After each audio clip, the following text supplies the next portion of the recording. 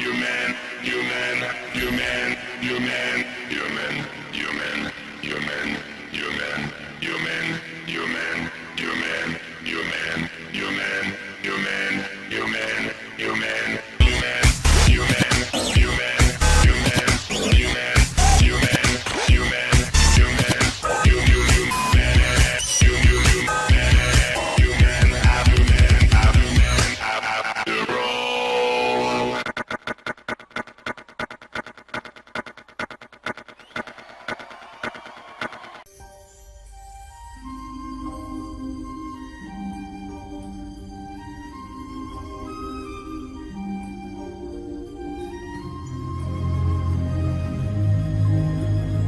Welcome everybody to my 3rd year anniversary special. Can't believe it's already been 3 years since I've been doing YouTube. Last year I have done my top 10 favorite Disney movies. This time I decided to mix things up a little bit. Say hello to my top 5 personal favorite DreamWorks movies. Originally, this 3rd year anniversary special was going to be based around my top 10 favorite Keyblades from Kingdom Hearts. But believe it or not, 50 subscriber specials has taken it over. So if you want to see that very episode right now, click on that Keyblade right there, and it'll take you straight to that video. So with all that said and done, let's go over a few things for this list. For starters, please keep in mind that this is all based around my opinion only. With dozens of movies to choose from, these lovable movies have made it an official spot on this list for a very specific reason. So I'm going to go over a few topics I'm going to be covering in each of these movies. I will be discussing the plot, the characters, and most importantly, how well the movies have played out. So with all that said and done, I'm the D-Rock100, and this is my personal top 5 DreamWorks movies.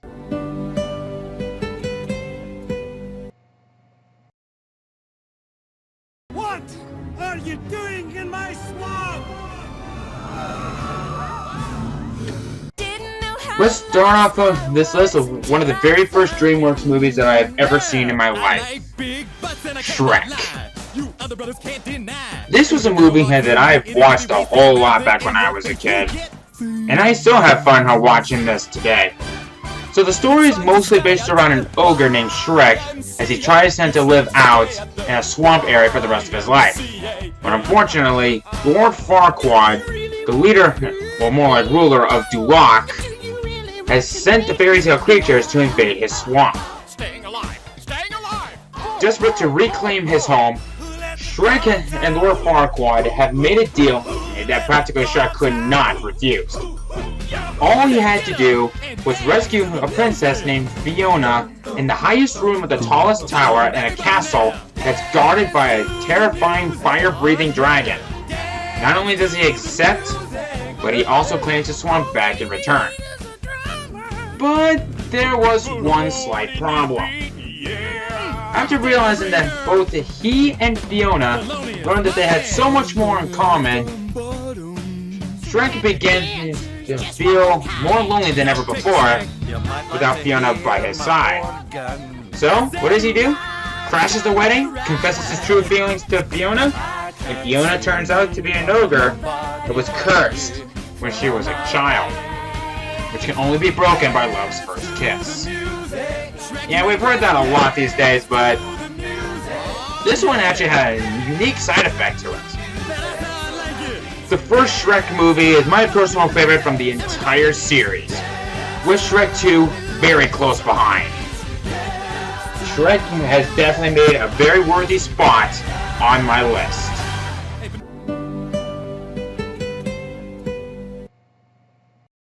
Let's get this party started right. Up next is a movie that I always thought was a very underrated movie from 2004, and even today.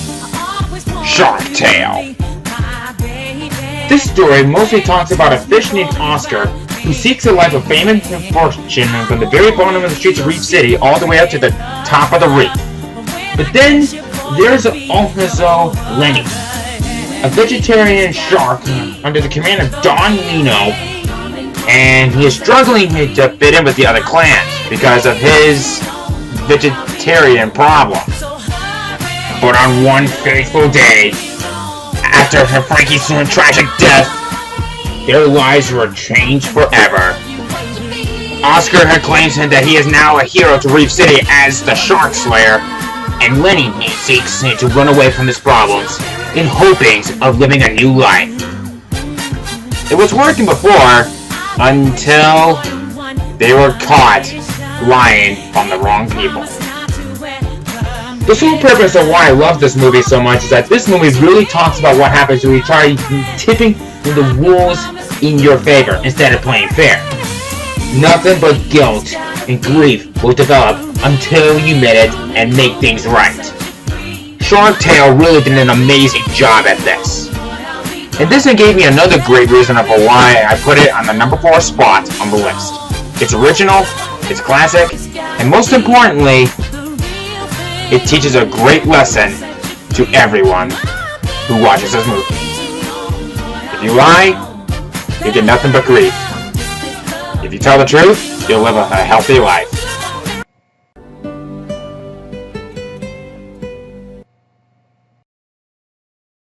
Work hard, Panda. Maybe someday you will have ears like mine. Yes! Well done, Poe!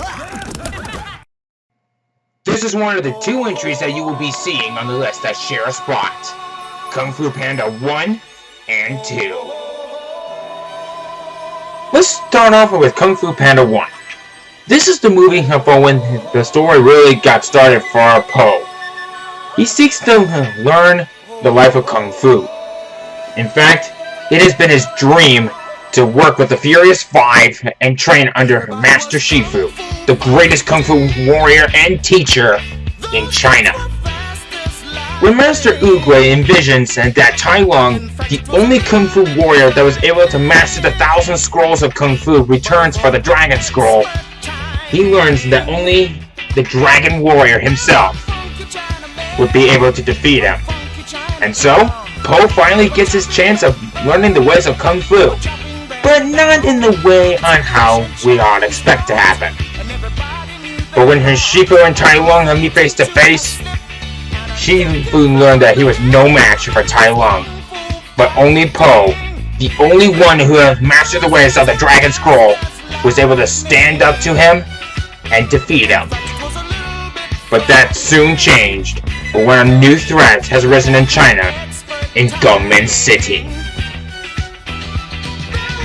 Realizing of the new threat in Gungman City, Po and the Furious Five were sent to Gungman City to stop the power of Lord Shen, the seeker of the destruction of Kung Fu. Despite him mastering the ways of Kung Fu, he wishes to destroy it and anyone who dares to get in his way. One in particular is a warrior of black and white. How does Lord Shen seek to accomplish his very dream? Oh, not much. Just creating a gigantic cannon that breathes fire and spits metal with firework gunpowder. Man, when I first saw this, I had nightmare fuel going all over my mind. He has created a lot of these things, and he seeks to use it to show China that he really is a terrorist of Kung Fu. Po has learned through the ways of inner peace and was able to fight back and thus show Lord Shen that Kung Fu will always live, no matter on how much one tries to destroy it. Thus, it also brought the end of Shen from not even learning through the ways of inner peace.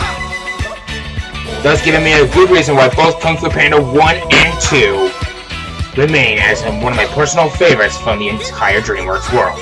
And of course, Skadoosh!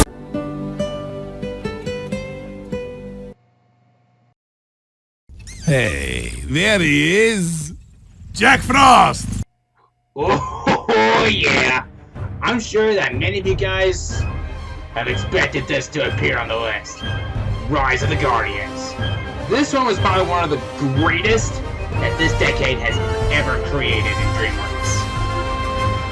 The story mostly focuses around a spirit named Jack Frost, who a long time ago was originally a real boy at the time, until one day the moon, or in this case, Many Moon, gave him the life to become a guardian. One day, the boogeyman named Pitch returns from the darkness to bring nightmares to children and causes them to no longer believe in the spirits that we all know and love. So, what does Jack do? He joins forces with the Sandman, the Easter Bunny, Santa Claus, and the Tooth Fairy as they seek to put an end to Pitch's nightmares. Jack later learns that his true inside, or in this case center, is in bringing his children around the world fun and joy in the winter times. Of course, some of this has been discovered during his fight with Pitch at the time, but hey, this is what happens when you mess with a boogeyman who can literally mess with your mind and give you nightmares beyond belief. When the children of the world start believing in everyone else once again, Pitch becomes weakened and the Guardians become stronger. You see, the children that believe in them give them their strengths. When they run out, they're powerless. But when everyone around the world believes in them, nothing can stand in their way. Especially for when some of them have some amazing powers and abilities. Which is another good reason for why The Rise of the Guardians makes it some of the greatest movies of all time, and my second favorite from DreamWorks. So this now leads to the ultimate question. What could possibly top Rise of the Guardians? Before we unveil our number one spot, let's take a look at a few honorable mentions. Bob, I'm shocked. Problemo solved. Sir, we may be out of fuel. What makes you think that? We've lost engine 1. And engine 2 is no longer on fire. Oh, come on, Rummy. A bit more, you know, alluring.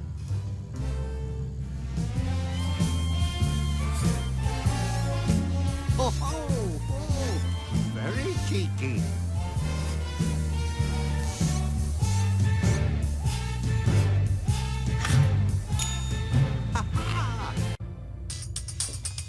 What on earth is that? Seems to be emanating from there, sir. Olo? It's hello. Oh.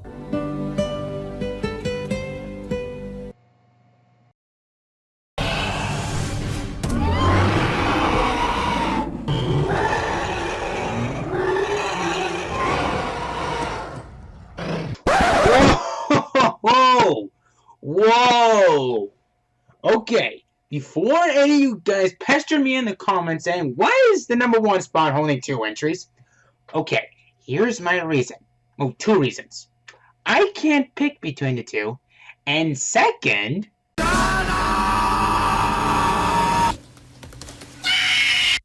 Okay, now that we're calming down a little bit, let's move on.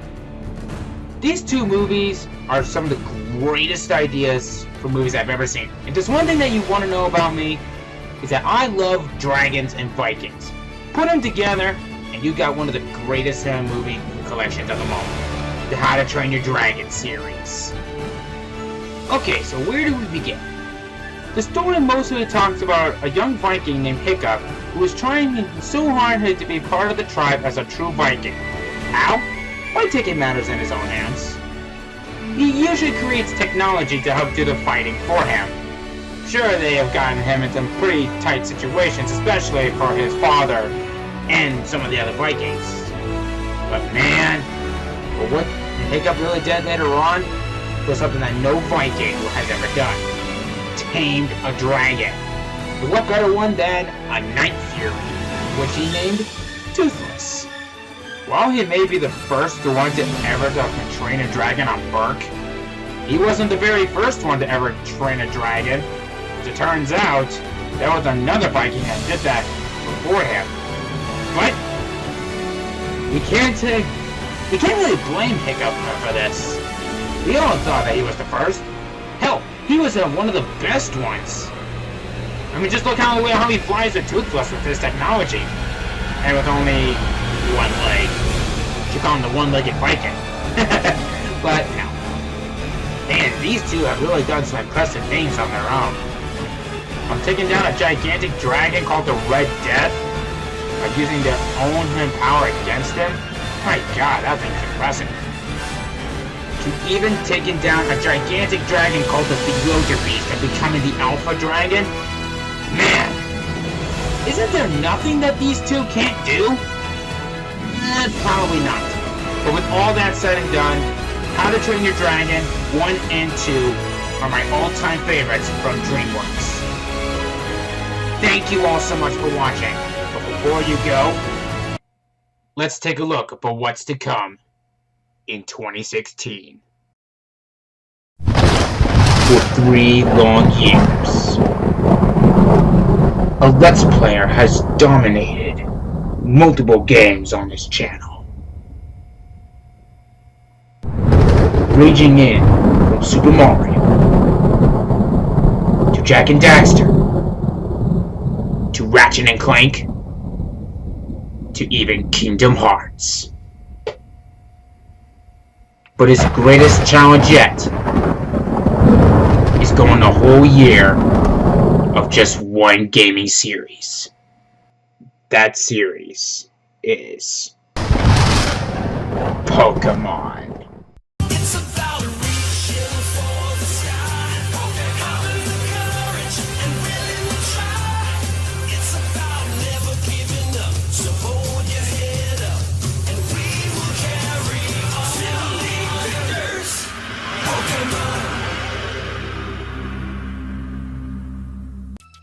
This has been the DreamWorks 100's 3rd year anniversary special. Thanks for watching. If you liked what you saw and you would like to see some more, then click on my logo right there and it'll take you straight to my channel where you can subscribe. And if you want to see some more of my work, then why not click on those annotations on those awesome pictures right there, and it'll take you straight to the Let's Plays that I have done this year. Thank you all so much for watching, and I will see you in 2016 as we take on 20 years of fun with Pokemon. See you guys next year.